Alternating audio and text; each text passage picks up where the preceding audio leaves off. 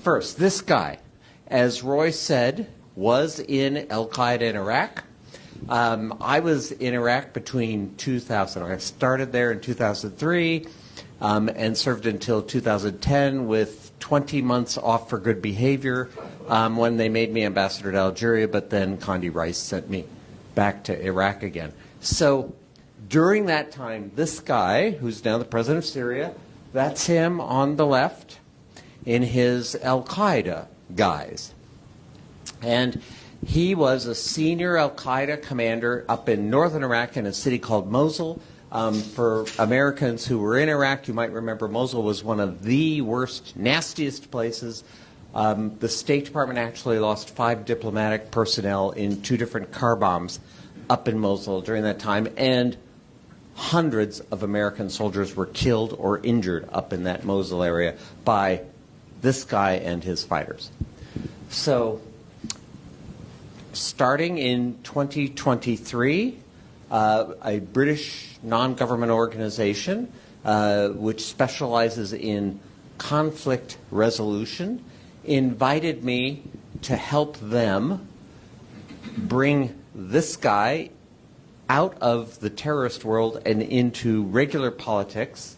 And at first, I have to tell you, I was very leery of going. I sort of had images of me in an orange jumpsuit with a knife to my throat. But after talking to several people who had gone in, and one of whom had met him, I decided to take the chance. And so the first time I met him, this guy's name is nom de guerre, was Abdulkader Jolani, but his actual name is Ahmed Shara, which he only revealed to the world after he captured Damascus in the Blitzkrieg of December 2024, about 5 months ago.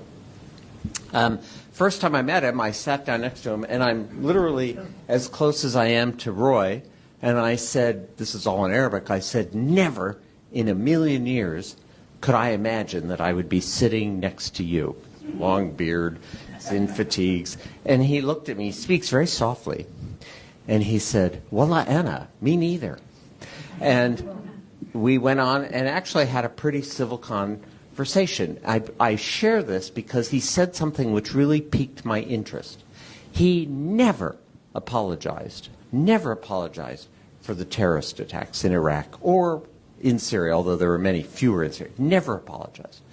But he also said, you know, now I am governing an opposition-held area of northwest Syria, and I am learning that the tactics and the principles that I was following in Iraq do not apply when you actually have to govern 4 million people.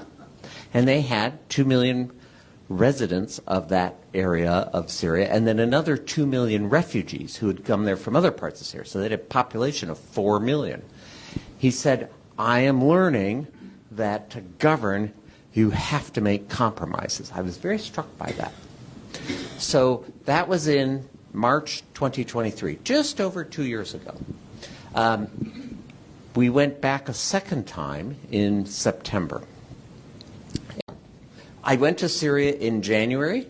I met Ahmed Shara, the president then. When I saw him in the presidential palace, I said, never in a million years did I expect to see you here.